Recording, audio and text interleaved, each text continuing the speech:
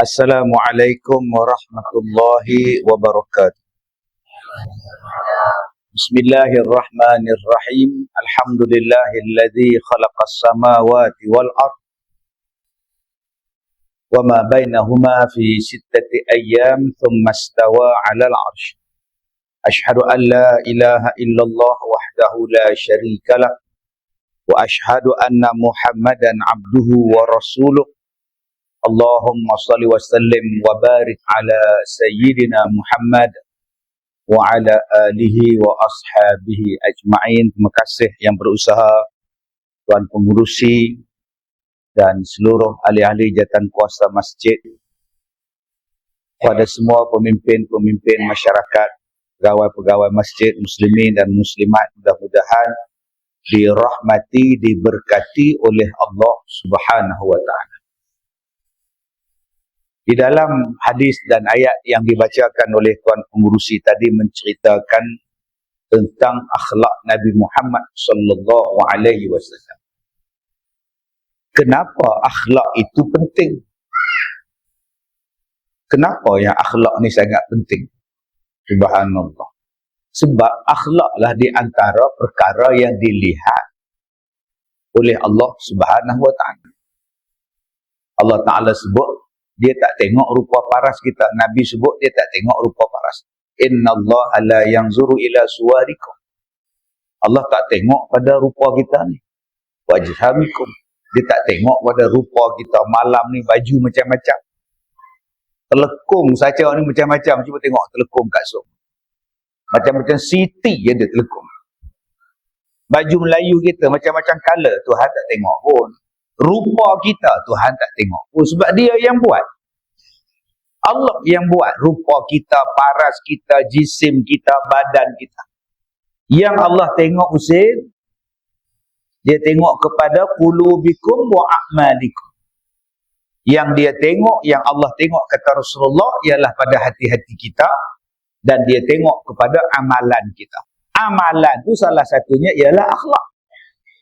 Bukan setakat amalan semayang puasa saja. Akhlak itu pun merupakan suatu bentuk amalan. Sebab itu Allah Ta'ala cerita kepada kita bahawa Rasulullah itu akhlak terpuji. Laqad kana lakum fi Rasulillah uswatun hasanah. Contoh terbaik. Maka nak tengok kepada akhlak, masing-masing mendakwa bahawa aku akhlak bagus. Orang Jepun kata saya akhlak bagus. Orang putih kata kami lagi akhlak bagus. Kami hidup dalam civilization. Kami hidup dalam ketamadunan. Akhlak kami lagi bagus. Sebab tu saya pergi ke rumah satu orang Melayu di London satu hari dulu. Saya masuk-masuk dalam rumah dia, buka kasut. Dia kata tak perlu buka kasut. Teruskan berkasut. Berkasut. Rasa gaya tu pakai kasut, tapi rasa bangga juga. Pergi masuk dalam bilik berkasut. Sekali aku nak sembahyang macam mana? Jadi budaya itu merasakan bahawa cantik dah pakai kasut dalam rumah. Pakai kasut dalam rumah tu cantik dah bagi mereka. Ada golongan tuan-tuan yang merasakan bahawa tengkuk panjang tu cantik. Sebab tu ada golongan manusia dalam dunia ni daripada kecil dia pakaikan gelang di tengkuk anak dia. Sampailah perempuan tu tua pakai gelang macam zirapah tengkuk. Bila tanya kenapa? Yang ni lah cantik. Nama dia leher jinjang. Ini bukan jinjang dah. Ni lain macam ni. Ada orang yang cantik tu apa? Kaki tu diikat. Daripada kecil kaki dia diikat. Perempuan ni diikat kaki dia jadi setengah kaki. Maka lagi pendek kaki dia, lagi cantik. Sudah. Ini akhlak dia orang. Maka sebab itu kata Nabi SAW, innama bu'ithu liutammima salihal akhlak. Aku ni datang untuk menyempurnakan mana dia akhlak yang soleh, mana dia akhlak yang bagus. Sebab apa? Sebab setiap daripada bangsa mengaku bahawa dia adalah akhlak yang paling bagus. Masing-masing mendakwa, aku yang paling bagus sekali. Mai orang putih kata paling bagus. Kami tak sembelih. Kami tak sembelih lembu kambing, kami mencocok je, mati. Dia kata bahawa dia paling bagus. Kamilah yang paling bagus. Sebab apa? Kami adalah orang yang mengamalkan makanan-makanan sayuran. Kami tak makan daging-dagingan. Kamilah yang paling bagus. Masing-masing mendakwa bahawa mereka adalah yang paling bagus. Maka Allah Ta'ala utuskan Nabi Muhammad yang paling bagus, maka rimal akhlak Nabi Muhammad sallallahu alaihi wasallam, dan itulah yang ditengok, yang dinilai oleh Allah Subhanahu wa taala, sampailah Nabi meletakkan syarat orang beriman ialah sempurna akhlaknya. Man kana yu'minu billahi wal yaumil akhir falyaqul khairan aw liyasmut. Orang yang beriman kepada Allah dan hari kiamat, apa dia? Orang yang bercakap yang baik, dan orang yang tak ada benda nak cakap, dia diam saja. Tuan-tuan yang saya muliakan, sebab itu akhlak yang baik itu apa? Disebutkan pada kita akhlak yang baik yang pertamanya ialah wajah yang berseri, wajah yang tersenyum, ceria wajahnya. Kita ni meniaga air kelapa, masak macam air kelapa dia juga. So, muka. Itu bukan akhlak. Kak Som, akhlak Kak Som senyum. Manis muka Abang Bidin. Duduk dalam masjid, jangan ada ketat muka. Tu nama dia ketat. Kamu kenapa buasir ke apa? Tak boleh senyum. Ustaz tu pun bila ceramah senyum. Bagi orang suka. Dengan ustaz pun ketat sekali. Kita lari budak-budak ni. Cubalah jadi orang yang senyum. Yang tak boleh senyum siapa? Waktu imam baca khutbah. Jangan duduk senyum tak? Ittaqullah. Ittaqullah. Wahai itu imam. Masuk khutbah, tegas. Ittaqullah. Tegas. Tak tidur. Tegas dia. Haji Dola, kenapa tidur?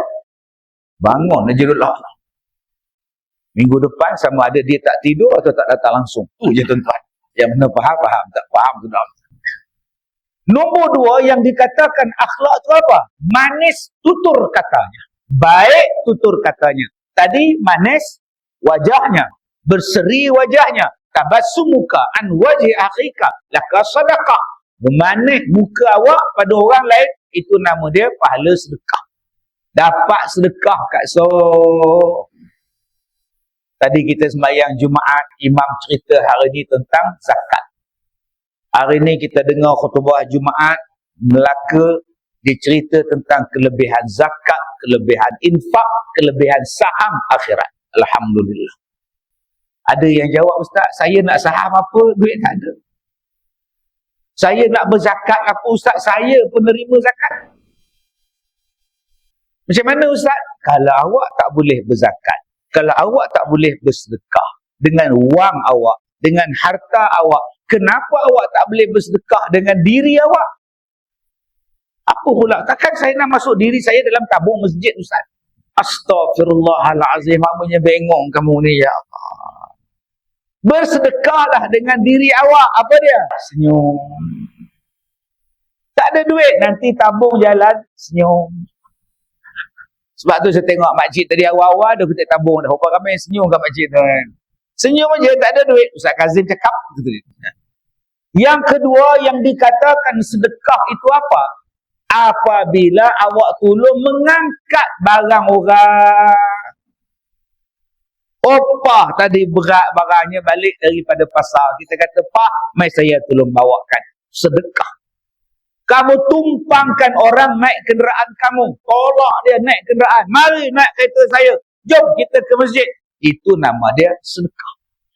Di depan sana, jalan sana ada lopak. Kalaulah motosikal langgar lopak tu, mati driver motosikal tu. Kita pun tolong tutupkan. Buang kejahatan buruk yang ada di jalan. Itu pun sedekah. Takkan itu tak boleh buat? Dahlah tak berzakat, dahlah tak bersedekah.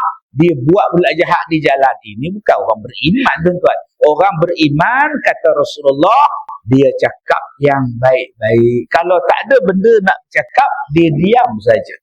Jadi tuan-tuan yang saya muliakan, ingat tuan-tuan. Kita bumbik yang pertama sekali, Allah nak tengok akhlak kita. Tadi saya sebut, akhlak itu ialah pada manis muka. Dua, akhlak itu pada tutur kata. Pada tutur kata. Jadilah satu kata-kata yang bila baik, nama dia qaulun ma'ruf. Bercakaplah benda yang baik. Jangan kita duk tanya benda yang orang tak suka. Ada di Indonesia satu kes, dia tanya pada jiran dia, bila nak kahwin, bila nak kahwin. Tiap-tiap hari jumpa tanya, bila nak kahwin, bila nak kahwin. Lah kawan tu marah, ditikam, mati jiran dia. Jadi akak-akak kalau rasa nak mati, tanya. Bila nak kahwin, so kawan tu fed up, dibunuh je gitu. Jangan tanya, bila kau nak kahwin, bila kau nak beranak, jangan tanya. Ini soalan sensitif. Kau kahwin tak ada mengandung lagi. Dah 10 tahun dah kau kahwin, tak ada mengandung Yang mengandung mak kau tak tahu mengandung pula Jangan tanya kang, dia buat John Cena tak pasal. Jangan tanya sesuatu benda yang sensitif. Bercakaplah sesuatu benda yang baik. Bercakaplah satu benda yang dipanggil qaulun ma'ruf. Ini adalah tanda-tanda orang berakhlak. Kita sambut maulud tapi akhlak buruk. Kita sambut maulid tapi perangai buruk. Jangan. Saya bila sampai di masjid, tuan-tuan, Allah seronoknya, cantiknya masjid. Allahu Akbar, subhanallah, Masya Allah, tabarakallah, cantik masjid, alhamdulillah. Seronok tuan-tuan, tandah pun bersih. Allahu Akbar. Kapek pun tebal. Ini kalau sujud tenggelam ni, tuan. Ada yang tertidur terus masa sujud, tuan-tuan.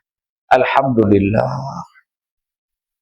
Maka kalau kita ni berakhlak dengan Nabi, rumah kita di mana? Taman depan tu.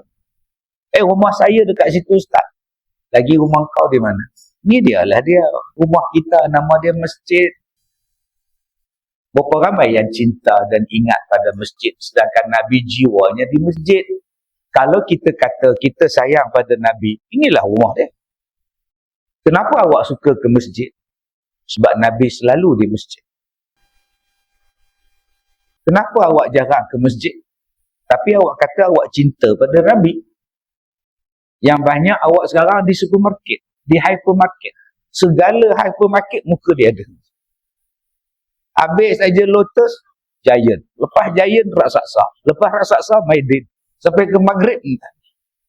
Duduk di masjid lah sekejap saja. Assalamualaikum, Assalamualaikum. Sapu muka, belak turis. Doa tidak, zikir pun tidak, apa pun tidak. Kenapa kejap sangat awak di masjid?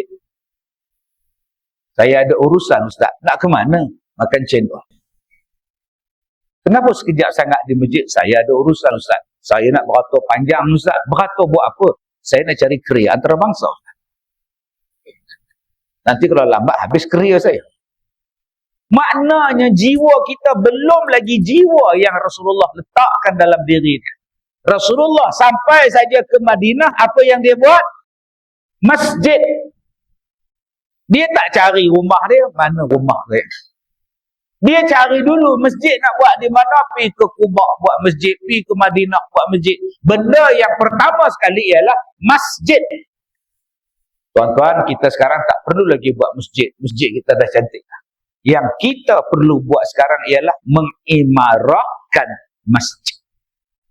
Jatan kuasa dah sediakan program. Datang.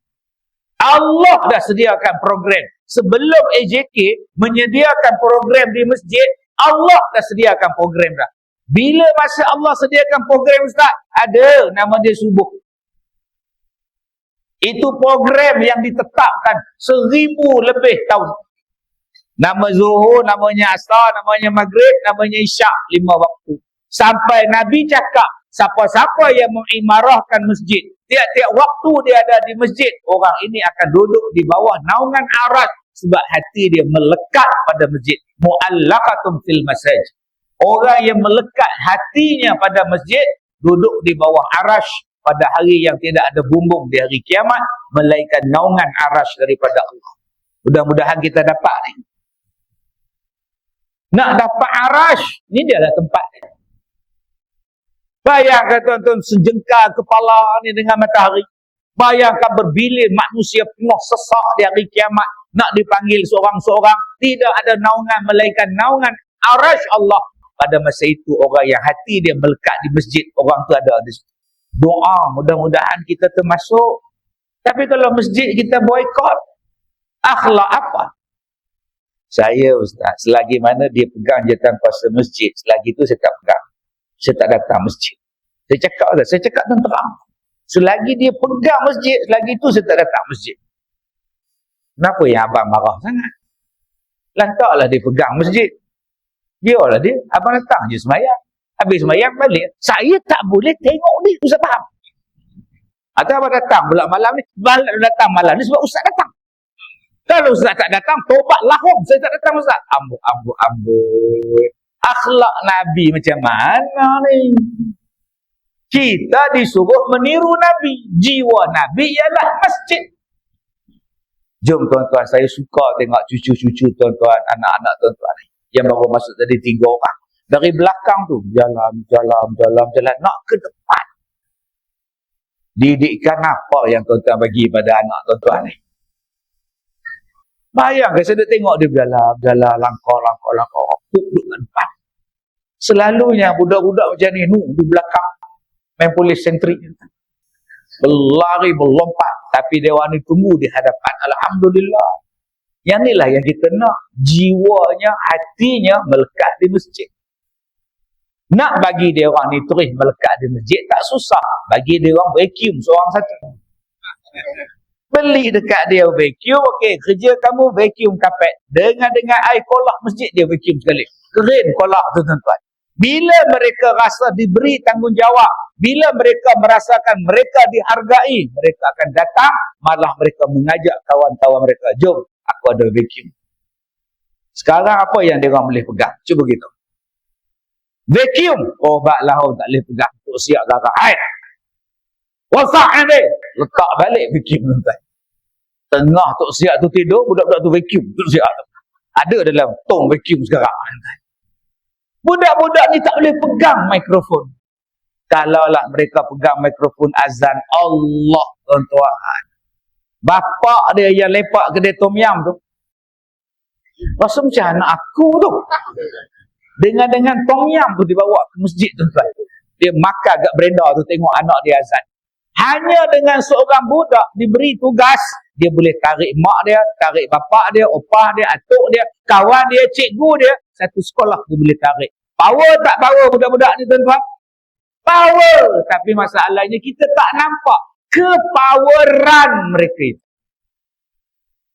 Sebab apa? Sebab kita tak berakhlak macam akhlak Nabi Muhammad. Nabi Muhammad kata apa? Laisa minna man lam yarham kabirana wa yuwaqqir saghirana. Bukan daripada kami siapa yang tak hormat orang tua dan siapa yang tak kasih pada budak-budak. Nabi ajar tuan-tuan. Macam mana berakhlak pada budak-budak?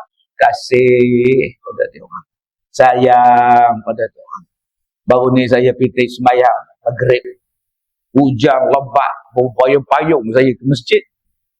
Depan saya ada satu pakcik. Depan tu budak-budak sah sembahyang maghrib. Saya tengok budak tu duduk siku kawan dia. Kawan dia siku balik. Budak umur dia ni 7 tahun. Tak siku apa, kita orang tua pun siku. Orang tua dia tak siku sangat dalam saf. Dia suka colek. Dah nak qomat dia tu, duduk dalam saf dia tu, dia boleh colek orang sebelah. Pat! Colek punggung hamba Allah. Dah lah kawan jenis tak pakai sepeda. Itu orang tua bergurau. Budak-budak bersiku. Ingat saya masuk biasalah. Tengok-tengok berada depan saya tu. Dia pergi dekat saf budak-budak, dia tarik telinga. Kemudian dia marah. Pam dia bagi sekali. Allah, budak tu tercengang. Kawan dia pun tercengang. Kan dia tarik telinga. Pulahnya dah siap. Pam sekali. Dah lah hari hujan. Apa kejadian budak-budak tu datang masjid hujan. Tapi tetap dia orang datang. Bagusnya. Dah lah basah budak-budak tu. Tetap mereka datang. Tengah-tengah duduk bergurau. Piak telinga satu. Debuk satu. Agak-agak besok nak datang lagi. Tak pun tunggu lagi 10 tahun. Aku ingat pun pakcik. Bakar kamu kata dia. Inilah dia akhlak. Kalau kita berakhlak pada dia orang, akhlak akan balas dengan baik. Tapi kalau akhlak buruk yang kita buat, akhlak buruklah yang akan dapat pada kita tu. Baik, tuan-tuan, yang ketiga, apa dia yang dikatakan akhlak? Tadi saya sebut tutur kata. Yang ketiga, akhlak itu ialah kelakuan. Kelakuan. Ni kita duduk ramai-ramai dengar ceramah bagus. Tapi apa ramai tengah dengar ceramah kelakuan tak bagus. Apa buat? Ni. Apa buat? Korek hidung. Habis jari ni masuk dalam hidung. Duk korek ngak. Duk pula depan kita pula. Saya duk tengok dia. I see man. Habis ceramah, dia balik awal bersalam. Nak sambut tidak? Nak sambut ke tidak? Saya sambut. Kalau saya tak sambut, itu tak berakhlak. Saya sambut. Taik hidung walaupun taik dia tak najis pun. Dia dimaafkan, keji je. Salam lah. Yang kedua, kenapa saya salam dengan dia? Sebab ramai lagi yang nak bersalam. Jadi saya akan sapu pada orang lain. Apa yang penting, kerja sama. Yang lain-lain pun salam. Assalamualaikum. Lain macam aku tengok ni. Akhlak. Sebab tu akhlak ni tuan-tuan, cara berjalan, cara duduk, cara bersalam, cara berbual, cara masuk, cara keluar. Tidak ada satu orang pun yang mengajar begini sempurna melainkan Nabi Muhammad sallallahu alaihi wasallam. Tidak ada agama yang begitu sempurna sekali tuan-tuan melainkan yang dibawa oleh Nabi nama dia Islam.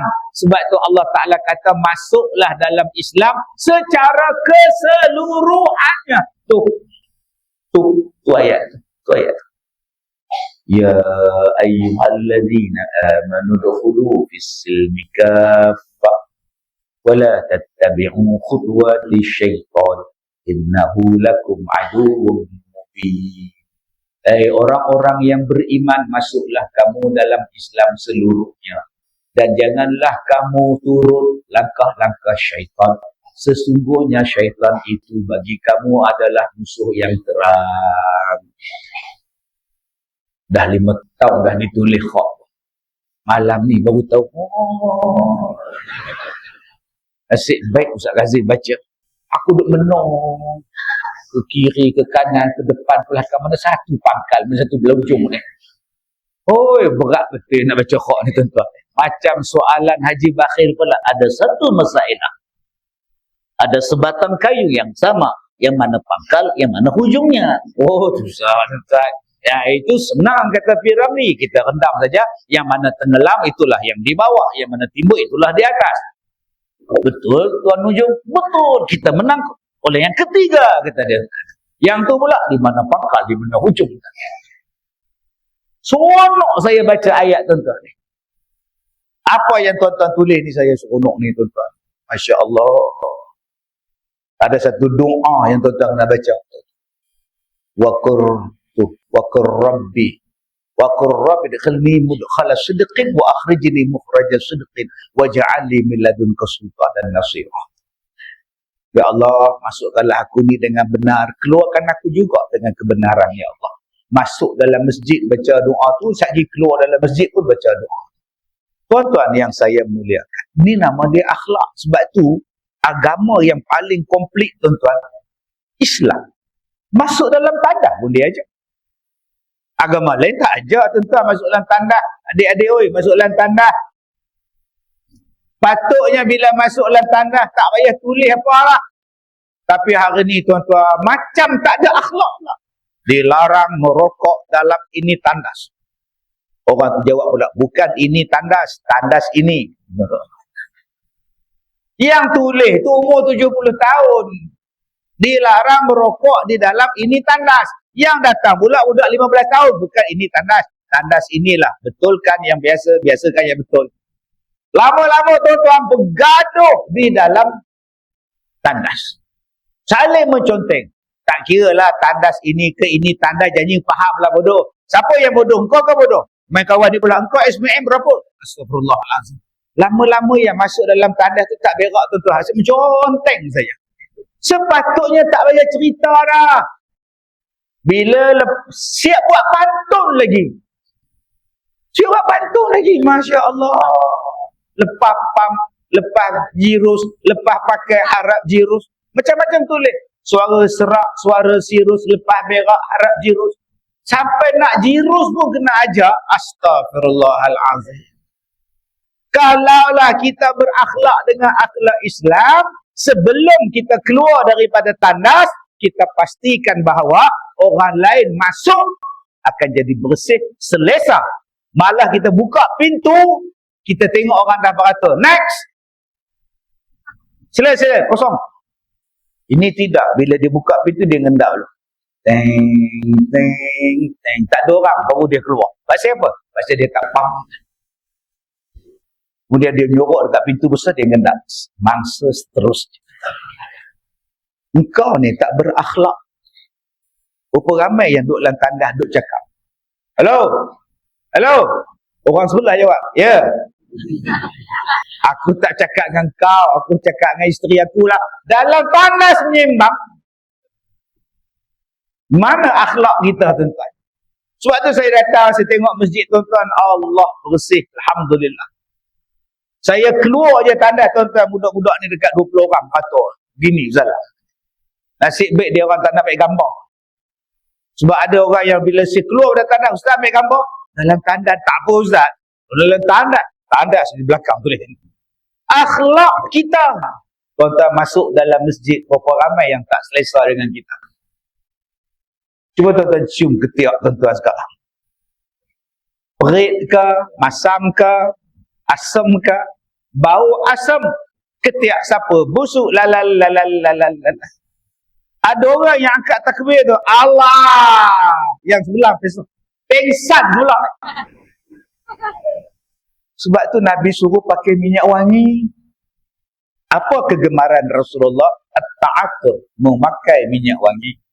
Saya suka masjid dia letak minyak atar dekat dengan tiang. Wakaf, percuma, pakailah. Yang saya tak suka bau dia, ya Allah. Harga RM5.5. Ini minyak masak ke? Pun letak. Minyak goreng ikan tu, hitam legam minyak ada sapu-sapu. Perit gila. Ustaz, saya dah letak yang mahal. Habis tu tak sempat sejam, Ustaz. Hilang, Ustaz. Tuan-tuan, masuklah dalam masjid, berkumpul dengan ramai-ramai ni dalam keadaan wangi. Bukan dalam keadaan busuk. Masuklah dalam masjid ni, kata Allah, dalam keadaan khuzuzi. Natakum inda kulli masjid. Pakailah yang cantik-cantik, yang segak-segak bila datang ke masjid. Ada yang berbutang-butang. Yang tak ada butang, bagi hadiah butang kepada dia. Kita ada 5 butang baju Melayu. Ada 5 butang baju Melayu, kita tengok sahabat kita ni tak ada berbutang satu pun. Tenganga je. Dah lah pakai jubah, tenganga pula, butang tak ada. Pakai jubah pula, seluar tak pakai, kan pelekat dalam tak pakai. Bila dia rukuk, dia tak butangkan baju dia. Bila dia rukuk, agak-agak apa dia nampak? Dia rukuk, dia tengok, rasa macam pernah tengok sampai Allah. Tapi di mana itu dia? Lah, bukan kata orang depan dia tengok, dia pun nampak. Tuan-tuan ambil satu butang, bagi kat dia. Ambil satu butang baju Melayu kita, nah bang, hadiah pada abang. Tutup. Sebab Nabi kata tutup butang. Ustaz, butang tak ada, Ustaz. Tak ada butang, awak ambil jarum. Ikat di sini. Supaya akhlak cantik. Supaya aurat awak terbela. Itu cerita butang, dek. Ni anak-anak muda pula datang sembahyang pakai seluar jean. Baju t-shirt. Baju t-shirt, seluar jean londeh. Bila berdiri tegak, memang tutup aurat. Tapi bila rukuk, baju ke hadapan, seluar ke belakang. Nampak lurah punggung.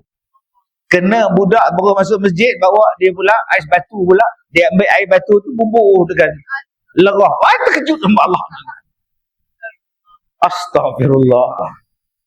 Hal azim. Astaghfirullah. Nampak tuan-tuan, bagus anak-anak kita. Tu nama dia akhlak.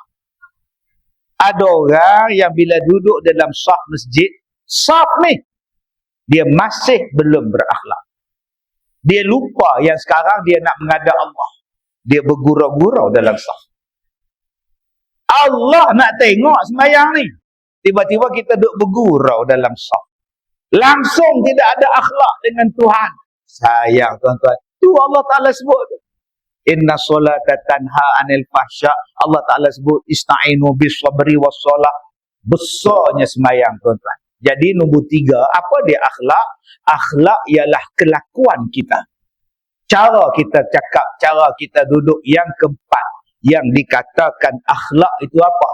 Apabila kita berakhlak dengan orang baik, berakhlak dengan cara yang baik tuan-tuan, Allah Ta'ala sebut bahawa orang ini akan hampir dengan Nabi SAW di hari kiamat.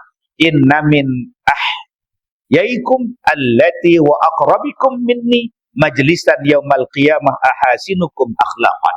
Orang yang dekat dengan Nabi, orang yang hampir dengan Nabi SAW di hari kiamat ialah orang yang paling baik akhlaknya. Jadi tuan-tuan, ada orang yang bercita-cita nak jumpa Nabi dalam mimpi. Dia tanya, Ustaz boleh tak cerita kat saya macam mana cara untuk bermimpi bertemu Rasulullah? Saya kata, amalan awak. Carilah ada yang berselawat 1000 kali sehari. Saya jumpa dengan satu orang cikgu sekolah. Dia kata sebulan dia berselawat pada Nabi 1 juta. Sebulan 1 juta. Ui, tu kau buat kerja apa? 1 juta tuan-tuan. Allahumma salli ala Muhammad. Suami kau layan tak? Pada dia lah Ustaz. Subhanallah. Hei, yang selawat pada Nabi tu sunat kau. Yang tanggungjawab akak tu wajib. Tak salah akak buat 1 juta tapi laksanakan tanggungjawab. Kenapa yang akak selawat 1 juta sebulan? Sebab saya nak mimpi jumpa Rasulullah. Ada orang yang tak mampu nak selawat. Dia tak mampu nak sembahyang. Ada orang yang sembahyang malam, tiap-tiap malam tuan-tuan. 3 pagi, 4 pagi bangun solat. Sampailah dia datang masjid, dia sembahyang subuh. 5.45 masuk, pukul 6 dia sembahyang. Dia sembahyang malam, tiap-tiap malam. Ada orang tak mampu. Dia penat, dia berniaga. Dia balik rumah pukul 2 pagi, dia tak mampu nak sembahyang. Dia sakit, dia uzur, dia tak mampu nak sembahyang sunat tiap-tiap malam. Ada orang yang tiap-tiap hari puasa, melainkan hari yang dilarang berpuasa. Dulu ada satu wali di Kedah dulu. Tiap-tiap hari dia puasa, melainkan raya.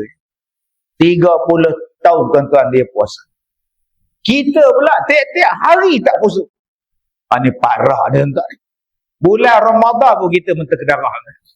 Yang wali tadi ni meninggal dah, Tok Guru ni meninggal. 30 tahun puasa non-stop. Kita tak boleh buat tuan-tuan. Kenuri banyak, kedai makan banyak, tom yam banyak. Anak menantu pula bawa macam-macam balik, takkan kita tak makan. Tapi hamba Allah ni dia tak makan tuan. Memang dia makan malam je. Hari raya dia makan, hari raya haji dia makan, mai hari lain puasa. Sebab apa? Nak jadi wali Allah. Kita tak mampu tuan-tuan, saya pun tak mampu. Saya pun tak mampu. Allahu Akbar, tak mampu. Sebab dulu-dulu kawan-kawan saya bila dah kerja, saya masih belajar. Kawan saya pakai RX, saya naik bas loncat. Bila raya jumpa, balik kampung naik bas lompat. Kau buat apa sekarang Kazim? Aku belajar lagi. Di mana kau belajar? Adalah belajar sikit-sikit. Kau belajar sekolah agama ni kau nak makan apa Soalan dia, kau nak makan apa Betul tuan-tuan. Soalan tu sampai sekarang orang tanya saya. Bila jemput ceramah je, Ustaz nak makan apa Yang mana faham? Tak faham tuan-tuan. Dulu dia orang tanya, kau belajar sekolah agama, nanti kau nak makan apa? Dulu dia orang tanya. Sekarang pun masih orang tanya. Tadi pun orang tanya, Ustaz, lepas nak makan apa? Saya tak makan, tak cukup. Tiap-tiap hari orang tanya, Ustaz nak makan apa? Ustaz nak makan apa? Lobster apa Siapa cakap mengaji agama tak boleh makan tuan-tuan? Sampai sekarang Kak Som tanya, Ustaz nak makan apa? Kak Som nak masak. saya tak makan malam. Jemput saya ceramah simple. Tak payah sediakan hotel. Tak payah sediakan penginapan. Jemput saya ceramah simple. Tak payah sediakan makan. Saya tak makan. Nak makan, tuan-tuan lah makan. Saya dah habis ceramah, saya balik. Jemput saya ceramah simple. Air atas meja ni pun tak payah tuang. Sebab memang saya tak minum. Paling jimat kos. Saya, sebab saya tak nak menyusahkan orang yang menganjurkan ceramah. Dia orang nak kumpulkan orang susah, dia orang nak buat program susah, tiba-tiba saya sebagai penceramah menambahkan susah mereka. Tak payah. Sagu hati ustaz ambil dah ustaz. Kalau bagi ambil, tak bagi sudah. Simple. Berapa bayaran ustaz sekali ceramah? Terpulang. Tak, saya tetapkan bayaran. Nak bagi berapa pun tak apa. Tak bagi pun tak apa. Habis ceramah, saya balik. Kalau kita kasih tak cukup, tak apa. Jemput lagi, saya tak datang lah. Simple hidup tuan. Bukannya susah. Hidup kita senang. Yang tuan-tuan bagi nyusah. Buat apa? Maka yang dikatakan berakhlak itu apa dia? Tidak menyusahkan orang lain. Bang, jangan menyusahkan isteri bang. Rasulullah balik rumah, dia bagi salam, isteri tak buka sebab tertidur. Nabi hamparkan serban dia, Nabi duduk depan pintu. Simple. Abang-abang cuba malam ni, balik-balik isteri tak buka pintu. Assalamualaikum. Assalamualaikum. Telefon isteri pula, kereng-kereng. Pekak badak betul ni. Daripada Assalamualaikum jadi pekak badak. Daripada Assalamualaikum, bom-bom-bom. Hoi! Tak buka pintu, tingkap diketuk. Lihat. Hei, lihat. Tak buka juga. Yang buka jiran. Kenapa Den? Jiran ni bangun. Di mana akhlak kita? Mana ada Rasulullah panggil isteri dia dengan panggilan yang buruk? Dia panggil yang Aish. Dia panggil yang Humairah. Dia panggil yang Aish. Aisyah. Ya Aish dia panggil. Aisyah dia panggil ya Humairah. Apa tu? Pipi yang kemerah-merahan Humairah. Boleh lah ustaz. Isteri Rasulullah putih. Isteri saya tak putih, gelap ustaz. Atau apa panggil apa? Hajarul Aswad ustaz. Astaghfirullahalazim abadin. Buat benar abadin. Oi. Sampai Nabi letakkan syarat, orang yang paling baik ni siapa? Adakah saya yang paling baik, ngurusi masjid paling baik, Tok Imam paling baik, macam Tok Arab, Tok Imam no Allah. Ada keturunan Arab ke? Masya Allah. Siapa yang paling baik? Yang paling baik kata Rasulullah, tanya pada isteri. Tanya pada isteri. Khairukum khairukum li ahlihi. Orang yang paling baik di kalangan kamu, orang yang paling baik dengan ahlinya. Kalau isteri kita kata, kita baik, baiklah kita. Kalau isteri kata, macam mana Kak Som? Suami Kak Som okey? Bolehlah Ustaz, dari tak ada. Sudah tuan-tuan. Bolehlah Ustaz, daripada tak ada Ustaz. Buat teman dah kata jadilah Ustaz. Oh ni parah ni tuan-tuan. Sebab tu nak jadi orang terbaik, layan isteri. Nabi pesan nak jadi orang baik, berakhlak dengan isteri. Bukannya susah. Ini nak marah. Tak habis-habis. Panggil bodoh pula tu. Aku kata kopi yang kau hantar teh ni buat apa bodoh? Abang lah bodoh. Kopi dah habis, tak beli. Suruh buat je kopi. Mana ada kopi? Itu sebab sebab teh. Bodoh. Dia bodoh, isteri dia pun bodoh. Payah betul hidup kita ni tuan-tuan. Sebab itu kita akan rasa seronok apabila kita berakhlak. Sampai Nabi letak syarat. Tadi awak sebut. Ada orang yang boleh sembahyang sunat. Ada orang yang boleh puasa sunat. Tapi ada orang tak boleh puasa sunat. Dia makan ubat. Ubat saja berapa tuan-tuan? Segenggam sekali makan. Ubat tu kalau sehari dia makan, boleh buat bubur. Ini bubur kacang, ini bubur pulut hitam, ini bubur ubat nak makan. Punya banyak ubat, macam mana makcik nak puasa ustaz? Ada satu amalan makcik, Yang mana bila makcik beramal mencapai tahap orang semayang sunat. Bila makcik beramal dengan amalan itu mencapai tahap orang yang berpuasa sunat. Macam mana ustaz? Akhlak yang baik. Orang yang akhlak dia baik mencapai kedudukan dia macam orang yang semayang sunat, macam orang yang puasa sunat tak tinggal-tinggal ni. Apa dia ustaz? Bercakap dengan cara yang baik, berperangai dengan cara yang baik, berakhlak dengan cara yang baik. Darjat awak macam orang semayang qiyamul lail. Kedudukan awak macam Tok Wali yang puasa tak berhenti 30 tahun tadi. Ni dak puasa, tak buat sunat semayang, tak buat akhlak buruk. Macam mana nak jadi orang yang hampir dengan Nabi, yang Nabi sebut orang yang hampir kepada dia di hari kiamat adalah orang yang mempunyai akhlak yang baik. Allah tuan-tuan. Kenapa yang Nabi letak akhlak yang baik itu? Letaknya bila layan isteri. Sebab kita jadi baik depan ramai-ramai. Ni ramai-ramai duduk dalam masjid. Ada yang nak tergentut. Ada. Kenapa tak lepas? Lepas ha? Perok-prek. Malu lah ustaz. Depan ustaz kot. Ustaz kenapa ustaz tak kentut pula? Takkan nak kentut depan orang ramai. Bila ustaz nak kentut? Depan isteri. Nampak? Yang jadi mangsa dia. Nak terkentut daripada ruang tamu. Isteri sedang masak di dapur. Sanggup dia berlari ke dapur. Saja nak lepas bom di situ. Akhlak jenis apa ni? Akhlak jenis apa? Langsung tak menggembirakan isteri dia. Sebab tu abang-abang, jom kita hidup. Kita buat yang terbaik pada isteri kita. Tak payah nak tengking, tak payah nak marah. Kita tiru pada Rasulullah. Rasulullah kalau nak tegur isteri, tegur. Kalau rasa nak marah, Rasulullah takkan marah pompang. Dia takkan anger. Sebab anger itu dia kehilangan di hadapan. Daripada anger, kalau awak buat, awak akan jadi danger. Sebab itu simpan kemarahan. Orang yang berakhlak itu apa dia? Simpan kemarahan. Dalam Quran sebut, wal kaziminal ghaiz. Orang yang menahan marah di dalam hati. Menahan marah dalam hati ni tuan-tuan adalah akhlak. Sampai Nabi mempunyai satu sifat. Dia terasa dengan isteri dia. Apa dia buat? Duduk di masjid. Dia tak belasah isteri dia.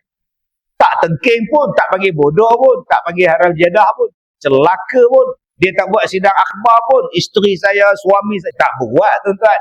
Dia duduk di masjid. Isteri Nabi kalau tahu suami ni tak balik-balik, duduk di masjid, maknanya adalah yang kita buat tak kenal.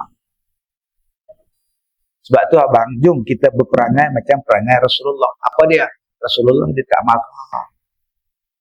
Rasulullah dia tak marah, sedang makan nasi, sedang nak makan. Rasulullah dapat makanan tuan-tuan. Dah berapa hari Nabi tak makan. Elok Rasulullah nak suap dalam mulut. Ada orang ketuk pintu. Assalamualaikum. Rasulullah, saya lapar. Saya belum makan. Rasulullah yang lapar juga tak masukkan makanan dalam mulut. Rasulullah bagi ke orang. Nah, makanlah. Mana nak cari orang macam ni tuan-tuan? Kita kalau lapar, elok nak suap, orang datang, Assalamualaikum, ngap dulu, ngap. Waalaikumsalam, ngap. Kamu datang lambat, aku baru habis makan. Akhlak apa ni tuan-tuan? Nak cari akhlak inilah yang Rasulullah letakkan. Siapa yang berakhlak baik? Jiran aku dalam syurga. Siapa yang berakhlak baik? Besok di hari kiamat, tempat duduknya, tempat tinggalnya ialah berjiran dengan aku di hari kiamat.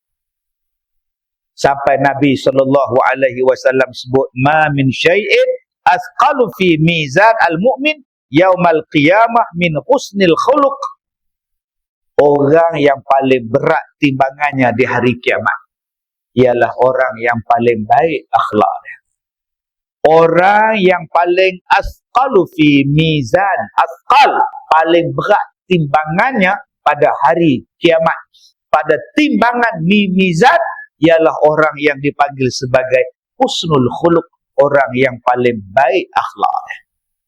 Jom tuan-tuan, sebab tadi saya sebut, Ustaz, tadi kita dengar khutbah tentang kelebihan zakat. Alhamdulillah.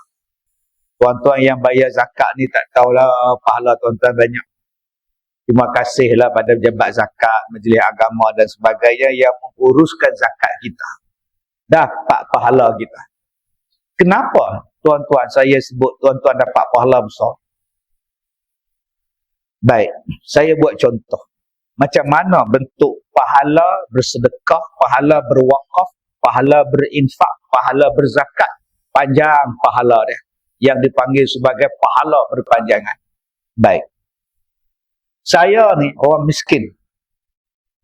Bapa saya meninggal, umur saya 8 bulan. Mak saya cuma guru Quran, mengajar daripada rumah ke rumah. Adik-beradik ada 7 orang. Saya anak paling kecil, umur 8 bulan. Bapa saya aksiden, meninggal. Susah hidup. Miskin. Bila saya sambung belajar, mak saya tanya nanti yuran macam mana? Saya kata, mak, saya nak sambung belajar, mak. Boleh. Tapi yuran macam mana, mak? Ni. Tak apalah, mak. Pelan-pelan lah, mak. InsyaAllah. Saya pun masuk belajar di Mahat Tahfiz. Bila masuk belajar, pengetua guru besar panggil. Okey, korang semua akan dapat derma siswa berjumlah RM250 sebulan. Tahun 1990. RM250 sebulan. 150 duit makan, RM100 adalah duit poket korang. Duit poket korang 100, 150 duit makan korang 3 kali sehari. Alhamdulillah. Bagi tahu dekat mak, mak tak payah susah hati, mak. Dapat duit derma siswa daripada zakat. Daripada pejabat zakat. Alhamdulillah. 3 tahun hafal Quran tuan-tuan, itulah makan. 3 tahun tak payah fikir apa dah. Makan pagi ada, tengah hari ada, malam ada. Cukuplah tu. Akhirnya habis. Bila saya habis, saya mengajar. Saya mengajar di Mahat Tahfiz Al-Quran. Saya belajar. Tuan-tuan, saya mengajar dan belajar. Saya sambung belajar lagi, buat PJJ masa itu. Tuan-tuan, kalau saya tak dapat derma siswa zakat, saya rasa saya tak jadi pun penceramah. Silap-silap, tuan-tuan, saya jadi mak rempit. Silap-silap, saya jadi kerja kilang. Silap-silap, saya jadi kera ni. Saya tak tahu. Tapi dengan sebab itu, Alhamdulillah, daripada tahun 90 sampailah sekarang, dah 34 tahun saya bergelumang dengan bidang dakwah. Daripada umur saya 18 tahun, 17 tahun, saya dah jadi penceramah. Mengajar kitab, mengajar masjid, waktu sekolah mengajar. Sampailah sekarang dah tua bangka. Tapi tak nampak tua sangatlah. Walaupun dah 34 tahun berceramah. Okey Ustaz. Banyakkah Ustaz ceramah? Tak banyak lah, 34 tahun. Berapa buku Ustaz tulis? Tak banyak. Saya tulis 24 buah buku, 25 buah buku. Di mana Ustaz mengajar? Di mana yang panggil? Semenanjung Malaysia ni habis. Sabah Sarawak ni habis. Singapura 64 masjid saya ronda habis. Brunei Ustaz pergi. Australia pergi. New Zealand pergi. Arab pergi. Ustaz pergi ke mana lagi? Pergi Thailand saya pergi ceramah. Baru ni saya ceramah di Hat Nyai dengan Songkla. Ni bulan 5 ni saya ceramah di Australia pula. Jepun Ustaz pergi. Jepun pergi, China pergi. Alhamdulillah. Luarnya ceramah Ustaz. Orang panggil sambil bercuti, sambil ceramah. Berapa rancangan televisi Ustaz? Tak tahu berapa banyak. Saya pun lupa lah. Apa rancangan saya dalam televisyen. Yang terbaru, apa cerita komen. Setiap hari Selasa, 9 malam di TV Al-Hijrah. Tanyalah Ustaz buat rakaman dah. Tak tahu, saya pun tak ingat. Ustaz jadi apa di TV? Macam-macam. Ustaz jadi pelakon, Ustaz jadi pak lawak, Ustaz jadi juri Maharaja Lawak. Saya pun juri Maharaja Lawak. Banyaknya Ustaz. Berapa filem Ustaz? Saya jadi hero baru 1. Pelakon tambahan banyak. Berapa Facebook Ustaz? Facebook saya 1 lah. Hak lain tu tak tahu siapa punya. Berapa followers? Tak banyak, 2 juta. Instagram Ustaz berapa? Tak ramai, 1 juta. TikTok Ustaz berapa? Tak banyak, 1.7 juta. Ustaz macam riak je. Dah nak cerita ramai. Adakah pahala tu dapat pada saya? Dah. Habis tu dapat pada siapa Ustaz? Orang yang bayar zakat. Orang yang infak. Akhirnya dapat dekat kami pelajar tahfiz, dapat dekat kami orang yang duk belajar Quran ni. Maka dengan sebab tuan-tuan duk sumbang itulah kami sambung belajar, kami sampaikan ilmu sampai sekarang. Tiap-tiap kali bercakap tentang agama, orang yang bagi sumbangan itu masih dapat pahala. Walaupun dia dah mati berpuluh tahun yang lepas. Sebab tu tuan-tuan jangan kedekut untuk berinfak. Kita tak tahu apa yang akan jadi pada infak kita. Kenanya infak kita, sedekah kita, pergi bagi dekat dia, pergi ceramah, pergi kuliah, beribu orang tuan-tuan duduk dalam kubur ni. Mana aku dapat pahala ceramah? Mana aku dapat pahala kuliah? Aku tak pernah jadi pengkuliah. Rupa-rupanya zakat dia, sedekah dia, infak dia, wakaf dia yang menjadikan dia dapat pahala. Tapi berapa banyak orang yang buruk akhlak dia dengan orang yang hafal Quran. Berapa banyak orang yang buruk akhlak dia dengan madrasah, yang buruk akhlak dia dengan tahfiz, yang buruk akhlak dia dengan asatizah, yang buruk akhlak dia dengan orang yang menyebarkan agama. Dikutuk, dimaki, difitnah, dikatanya macam-macam. Jangan kata nak tolong, dikutuk je lagi. Kamu dah kehilangan untuk mendapat pahala secara percuma. Sebab tu saya katakan tadi, kita tak perlu sembahyang sunat. Mungkin sebab kita ni uzur, kita stroke. Tapi kita boleh dapat pahala, menyamai pahalanya. Dengan jalan apa? Akhlak. Sebab tu kalau tak boleh dapat A, ambil jalan B. Kalau tak boleh dapat jalan B, ambil jalan C. Kalau awak tak boleh jadi asatizah, awak bantu asatizah. Kalau awak tak boleh hafal Quran, awak bantu budak yang hafal Quran. InsyaAllah pahala awak berjalan. Tuan-tuan yang saya muliakan, kita nak, sebab tak lama lagi kita nak mati. Yang lain yang kita ada ni semua kita tinggal. Kita nak bongkak, nak sombong dengan harta, harta ditinggalkan. Nak sombong dengan kedudukan, pangkat, nak sombong apa? Itu adalah pinjaman daripada Tuhan. Tuan-tuan nak belagak dengan pinjaman. Kak Som pergi kenduri kahwin, pinjam gelang orang sebelah. Pinjam gelang, nak pergi kenduri. Kita tak ada gelang. Pinjam gelang daripada Kak Leha. Sampai rumah kenduri kahwin, lebih-lebih pula Kak Som tu. Beratnya, nampak tu. Leha tengok, pinjam yang aku punya, belagak pula tadi. Belagak apa benda orang punya? Semua tu lah. Kita sekarang sedang belagak dengan yang Allah yang punya. Ada yang sombong dengan suara dia, padahal suara dia yang Allah bagi. Ada yang sombong dengan rupa dia, padahal rupa tu pun Allah yang bagi. Ada yang sombong dengan anak-anak dia, Allah yang bagi. Ada yang sombong dengan ilmu, Allah yang bagi kat dia. Sekelip mata Tuhan boleh buat, apa yang kau ada boleh hilang dalam sekelip mata. Apa susah bagi Allah? Wa kana dzalika 'ala Allah yasira, wa kana dzalika 'ala Allah yasira. Benda itu sangat mudah bagi Allah. Suara yang sedap hari ni boleh hilang suara awak. Mata yang terang hari ni boleh jadi buta. Badan yang sihat hari ni boleh jadi cacat. Dalam sekelip mata, umur awak hari ni Allah boleh ambil, mati awak sekarang. Sebab tu tuan-tuan, tak perlu sombong. Sombong bukan akhlak yang bagus. Manusia yang sombong dengan pangkat namanya Fir'aun, apa jadi? Manusia yang sombong dengan harta, nama dia Qarun, apa jadi? Manusia yang sombong dengan kehebatan kerajaan dia, nama Namrud, apa jadi? Manusia yang sombong dengan keturunan dia, hebat. Apa jadi pada umat Nabi Saleh, umat Nabi Lut? Umat Nabi Saleh tu boleh buat rumah daripada gunung. Dipahatnya gunung jadi rumah. Hebat tuan-tuan. Apa jadi pada mereka? Tak ada siapa yang menang menentang Tuhan. Sebab apa? Sebab sombong.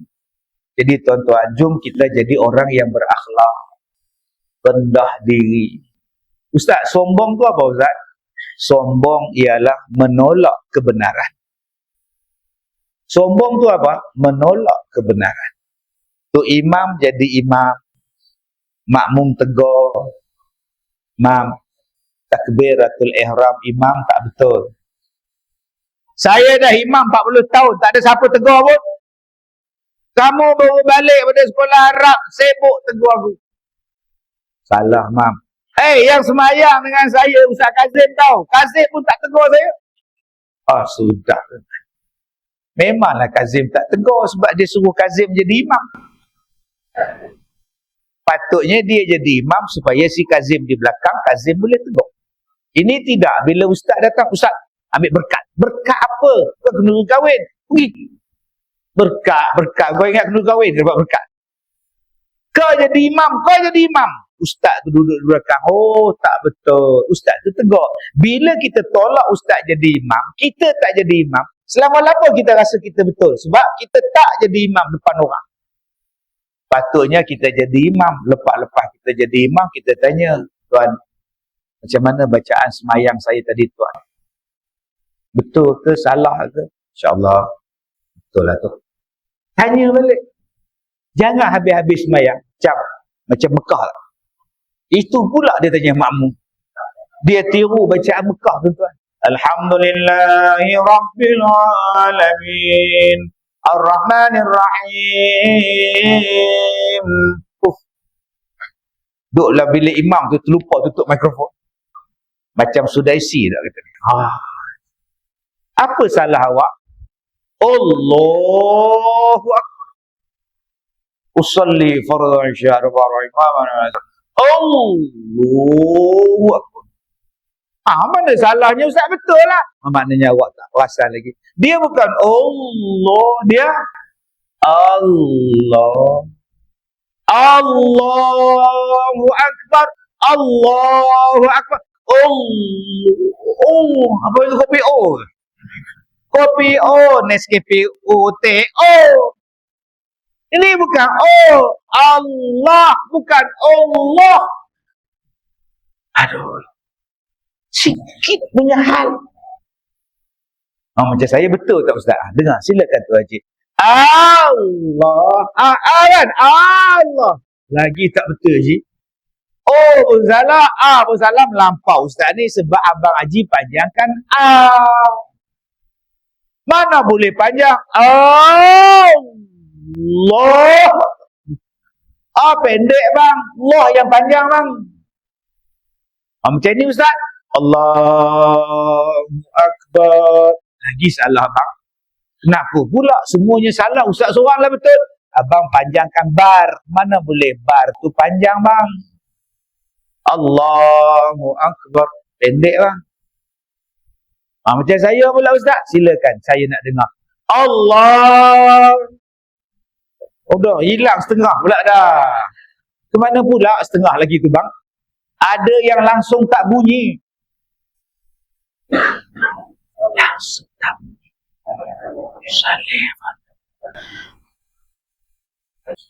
Ini kalau dapat dekat director Ahmad Nispu.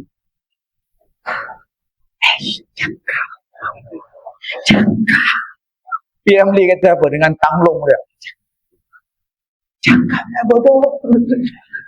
Bunyi pada telinga awak. Allahu Akbar. Allah, tuan-tuan. Adab nak menegur tu pun. Betul dia tak betul. Tapi awak ada adab, akhlak nak menegur dia. Anak cucu Nabi ni, anak Sayyidina Ali, cucu Nabi ni tuan-tuan. Pergi tengok satu orang ambil wuduk, satu pakcik tua ambil wuduk, tak kena. Dia orang ni, anak ni cucu-cucu Nabi ni tuan. Nak tegur orang tua ni macam mana? Orang tua dia makan garam lebih pada kita. Ajinomoto tu lagi banyak dia makan pada kita. Pengalaman dia lagi luas daripada kita. Tapi tak betul ambil wuduk, nak tegur macam mana? Nanti dia tanya kita, kamu berapa lama datang masjid? Aku dah 70 tahun tu. Kau nak ajar aku ambil wuduk? Terasa tuan-tuan. Kalau budak tu pula tegur, pakcik ni tua-tua nak mampus pun tak berhenti sembahyang ni.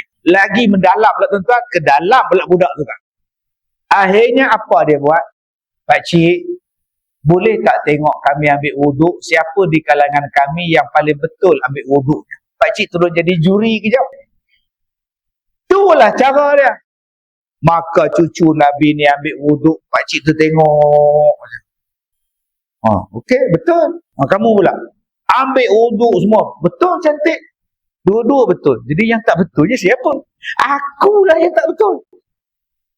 Masya Allah, tuan-tuan. Dalam kita nak mengajar itu pun, dalam kita nak memberikan ilmu kepada kita pun, diajar dengan perkataan yang baik, disuruh dengan perkataan yang baik.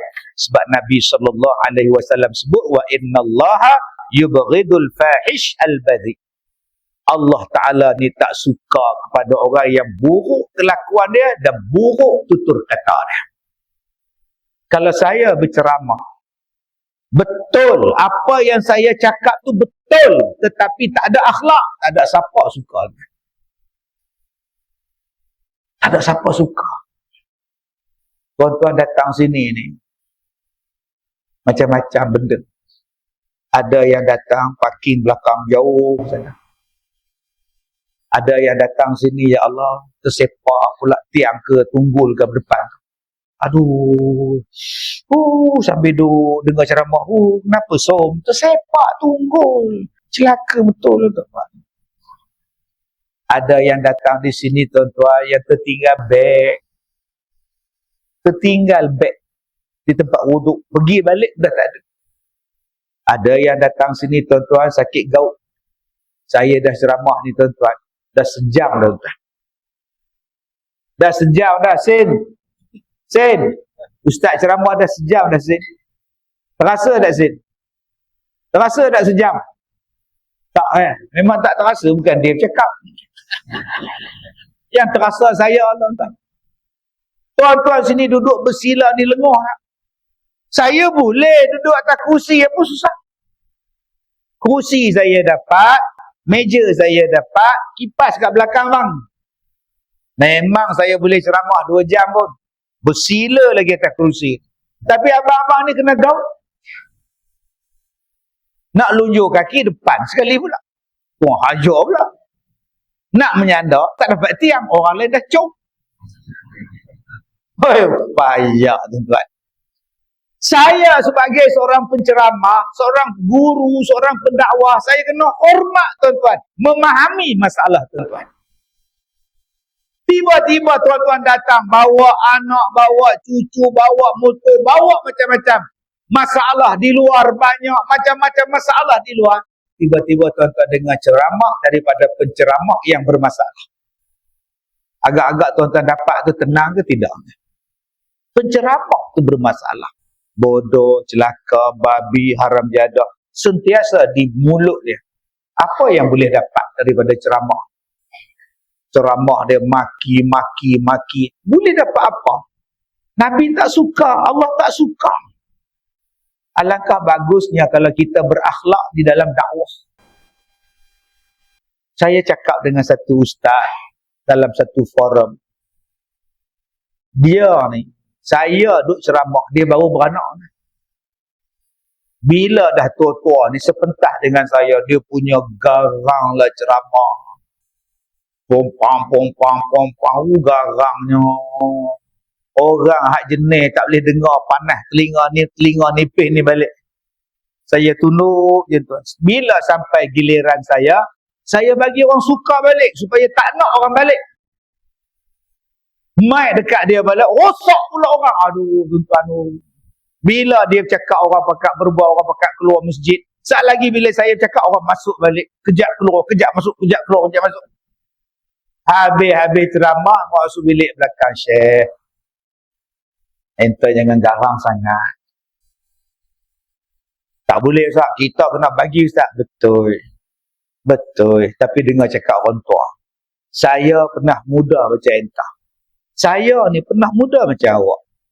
Garang lebih daripada awak. Tapi apa dapat pada saya? Yang dapat pada saya ialah sakit jantung. Kalau awak nak rasa sakit jantung, ceramahlah macam itu. Saya juga pernah ceramah macam awak. Garang macam awak. Bila ada orang tengah-tengah ceramah, dia bangkit keluar. Yang mana keluar jangan masuk lah. Jangan masuk. Garang je tuan-tuan. Pakcik tadi tak jadi pergi kencing. Masuk balik tuan-tuan. Tahan kencing. Bodoh teh, saya garang kan. Saya garang saya tu. Lalah apa dapat? Santau. Santau tuan-tuan. Jadi kalau kamu nak kena santau, cuba lah. Dengar cakap saya orang tua. Saya dulu jadi muda macam kamu. Saya juga terpengaruh. Ustaz, tiba tak? Balon tak? Balon Ustaz. Yang balon tak kena. Kamu yang membalon kena. Sebab sebelum kita ceramah akan ada orang cakap, Ustaz, tiba pengurusi tak ajar. Tak taruh Ustaz. Taruh. Atromen taruh kita. Dia pangkah terus. Akhirnya dakwah awak rugi. Sebab tu Nabi suruh ud'u ila sabili rabbika bil hikmah, kata Allah. Gunakan kebijaksanaan di dalam berdakwah. Kita dah ceramah sejam lebih dah tuan-tuan. Hikmah, bijak. Ceramah ni tak boleh panjang-panjang. Pendek-pendek sudah lah. Ini pukul 10 malam tak habis lagi. Yang nak terberak, nak terkencing. Masalah anak nak balik. Yang mana nak tiket bas ekspres semua berat. Berat. Sebab tu saya ceramah pendek. Dah. 2. Hikmah dalam ceramah tu apa? Tengok suasana. Macam tadi saya ceramah pagi tadi di sekolah Tun Abdul Malik. Sekolah menengah. Yang datang tu anak-anak kita ni, adik-adik kita ni, tingkatan 1 sampai tingkatan 5. Duduk bersila pula atas lantai semua. Saya tak apa ada kursi. Mereka tu bersila dengan panas semua. Saya tak boleh ceramah macam ni.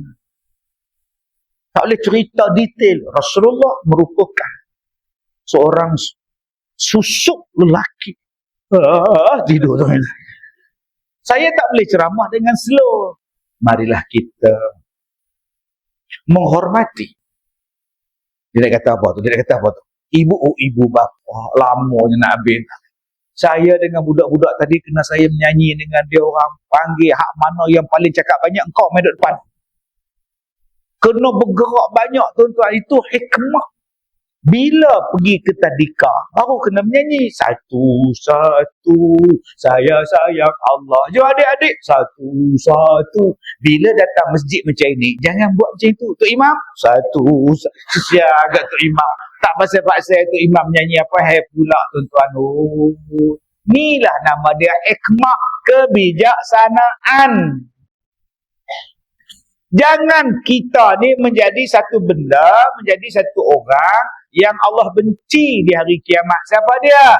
Al-fahish wal-bazi. Orang yang buruk perangai dia, orang yang tutur kata dia tak elok. Jangan. Kita duk cakap suka kita ni lepas. Kadang-kadang tu imam semayang, dia baca kuat. Bismillahirrahmanirrahim. Kita pula duk bawah speaker. Ni habis-habis semayang. Tu imam ni tak nak jumpa mikrofon ke apa? Sabar. Tak payah kita nak cakap. Kalau kau nak komplain, kau jadi imam. Kita pun tak nak jadi imam. Habis tu, diam sudah. Diam sudah. Ini komplain tak habis-habis. Itu jadi baca. Inna a'tayna kul huwallah. Kul huwallah inna a'tayna. Kau tak percaya, kau tengok nanti. Rakaat pertama, inna a'tayna. Rakaat kedua, kul huwallah. Kau tak percaya, kau tengok nanti. Betul tuan-tuan, sembahyang Isyak, inna a'tayna. Rakaat pertama. Dia siku kawan dia. Dia. Astaghfirullahalazim. Orang macam ni tuan-tuan tarik jadi imam. Cubalah kita berakhlak dengan yang baik, mengucapkan terima kasih kepada orang. Ucap terima kasih. Habis sembahyang, jumpa Tok Imam, ucap terima kasih. Mam, terima kasih Mam. Kenapa terima kasih dengan saya? Bukankah kita hari ini dapat 25 kali ganda? Bukankah sembahyang kita hari ini 27 kali ganda? Dan imam jadi imam. Kalau imam tak jadi imam, kami tak dapat pahala Mam. Terima kasih Imam. Allah. Orang yang pandai berterima kasih, itulah orang berakhlak. Bang, pernah tak kita terima kasih kat isteri kita? Habis makan, Mak, Terima kasih masak dekat abang. Alhamdulillah, sedap sangat. Terima kasih mak. Ui, bangganya mak. Ni abang suka ni, siakap ni pandai mah masak. Macam yang kedai tom yam tu masak. Sedap. Berpeluh hidung lah. Nampak ni. Memang pun mah bungkus. Astagfirullahaladzim. Bang, ucap terima kasih bang. Akak-akak, ucaplah terima kasih pada suami kita. Dia sudi ambil kita jadi isteri. Bang, terima kasih. Kahwin dengan saya bang. Allah. Kau cakap macam tu dekat suami akak, tak tahu nak cakap lah. Meter ni out. Out meter tau. Terima kasih bang. Apa kahwin dengan saya? Saya tak tahu kalau abang tak ambil saya tak tahu saya kahwin dengan siapa. Terima kasih jaga saya. Besok ajak pergi Habib. Pergi di tempat.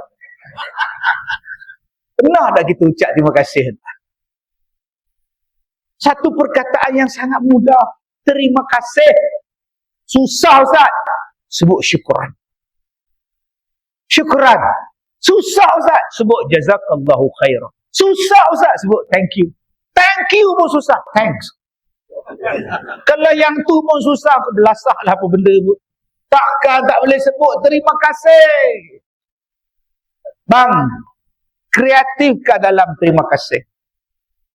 Duduk dekat depan pintu, nak keluar kerja. Leha, terima kasih kerana menjagaku. Terima kasih ku ucapkan. Boleh tak? Bawa lagu tu. Oh kepadamu. Atas meja makan tu. Seronoknya tuan-tuan, dengan satu ucapan menjadikan luruh hati kita. Yang kedua, apa dia akhlak yang baik? Minta maaf. Minta maaf walaupun tak ada salah. Assalamualaikum. Minta maaf je, minta maaf. Apa kau salah dengan aku? Tak ada salah apa saja saya minta maaf. Kok tersalah. Minta maaf paling senang. Maafkan saya. Tak payah menyanyi macam P. Ramlee. Maafkan kami. Maafkan kami. Berapa kali maaf dah. Kalau tak nak maaf, sebut sorry. Susahkah minta maaf tuan-tuan? Mengaku salah. Salah. Susah ke tuan-tuan minta maaf. Orang yang minta maaf tu orang berakhlak. Dia sanggup jatuhkan diri dia. Dia sanggup turunkan air muka dia. Rendahkan ego dia. Hanya sebab nak hulurkan tangan. Pak Som, saya minta maaf. Senang nak minta maaf. Dah lah ambil laki orang. Astagfirullahaladzim. Bukan dia ambil kongsi. Ambil terus. Ini perkongsian pintar.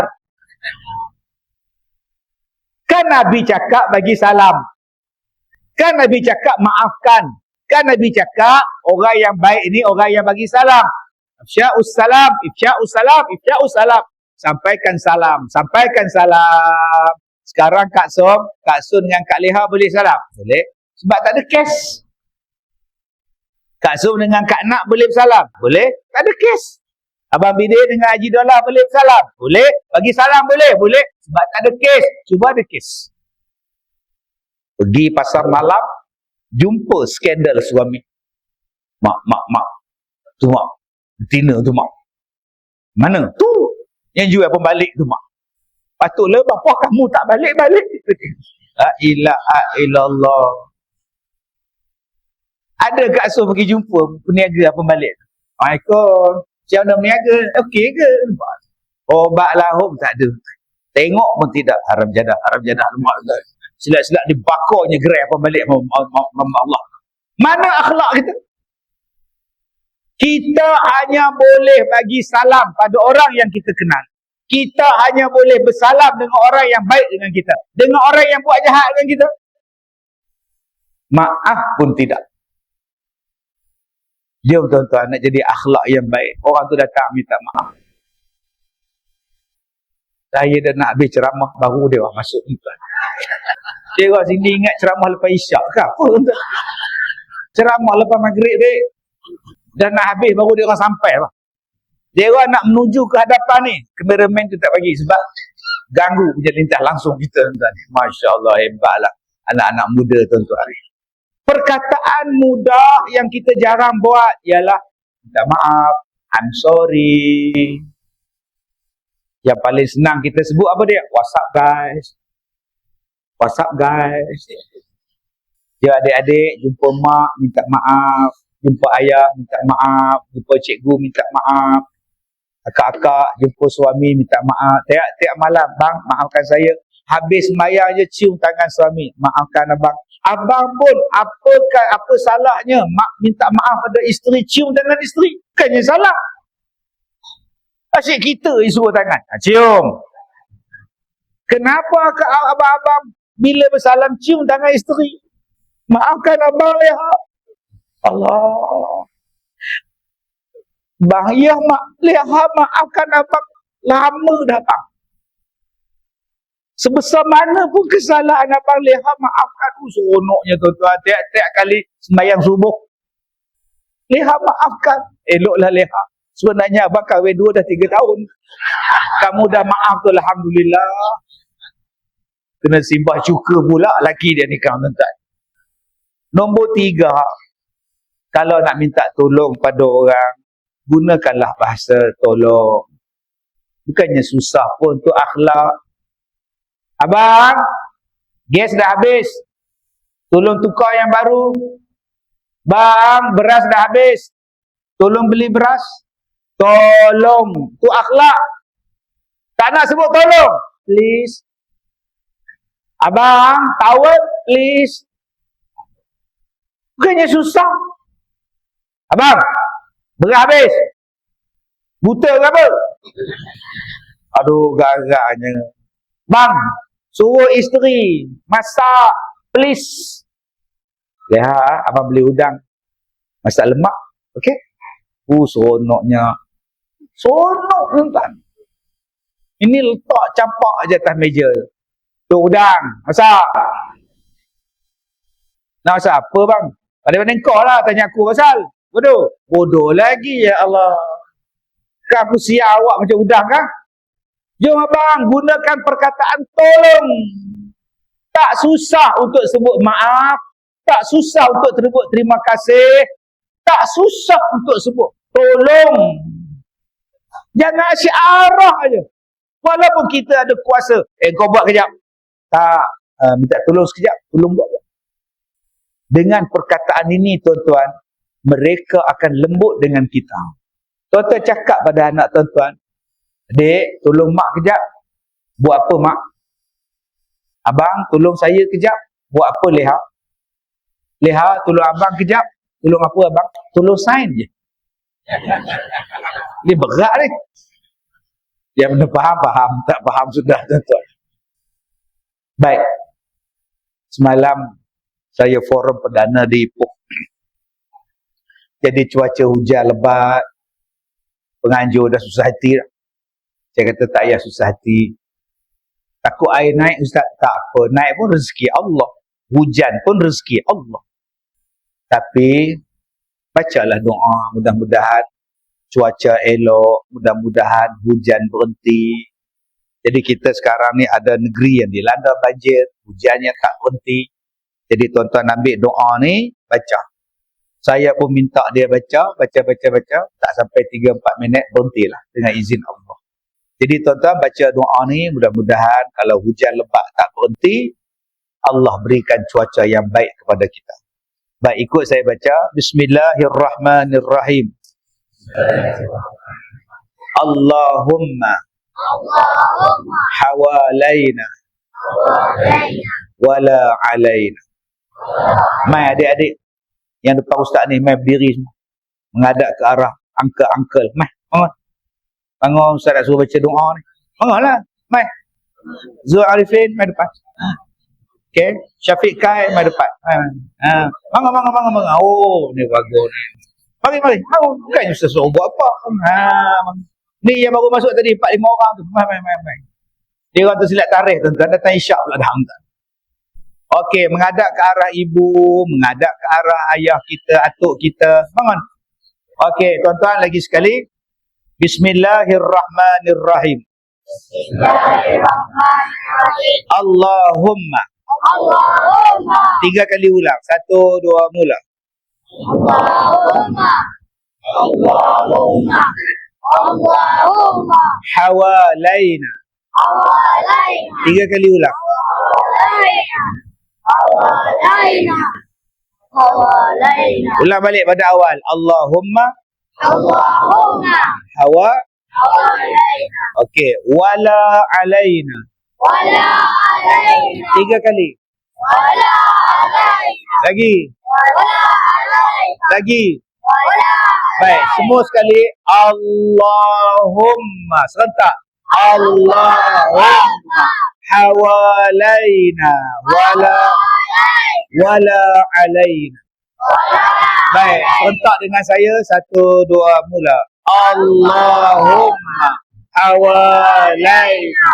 Wala alaina. Sekarang saya senyap, tuan-tuan je baca. 1, 2, mula. Allahumma. Baik. Yang depan sebelah kiri ustaz ni. 1, 2, mula. Allahumma. Hawalaina. Allahumma je kuat ni tuan. Allahumma hawalaina wala alaina. Allah Allahumma. Hawalaina. wala alaina. Wala alaina. Lagi sekali, kuat. Allahumma. Hawalaina. Wala alaina. Baik. Ingat sampai mati kenangan kita ni. Dan senang nak duduk sebelah Ustaz Kazim dalam masjid. Sampai mati ingat. Aku pernah duduk dengan arwah Ustaz Kazim. Boleh ingat ya? Ingat lagi doa dia. Allahumma hawalaina wala. Okey, boleh duduk balik. Terima kasih. Syukran jazilan. Okay, thank you. Baik, jadi tuan-tuan, saya rasa ini kali pertama saya datang masjid ni ya. Ya, alhamdulillah, terima kasih pada pengurusi jemput saya. Kali pertama datang. Saya dah ceramah 34 tahun, ini kali pertama datang. Jadi kalau tuan-tuan nak jemput lagi 34 tahun dari sekarang. Saya nak balik ke Ipoh, besok ada 19 buah bas yang melawat saya besok di Ipoh. Dan malam besok saya ada di Tanjung Bidara pula. Masjid dekat Tanjung Bidara pula. Malam ni balik, besok datang sini balik. Hari Ahad ada 16 bas yang melawat saya besok hari Ahad. Dan selepas melawat, saya ada ceramah di Kota Baru, Kelantan pula. Jadi gitulah hidup saya setiap hari tuan-tuan. Mudah-mudahan Allah merahmati kita. Mudah-mudahan Allah berikan keampunan pada kita. Saya minta maaf jika terkasar bahasa. Wabillahi taufiq wal hidayah. Assalamualaikum warahmatullahi wabarakatuh.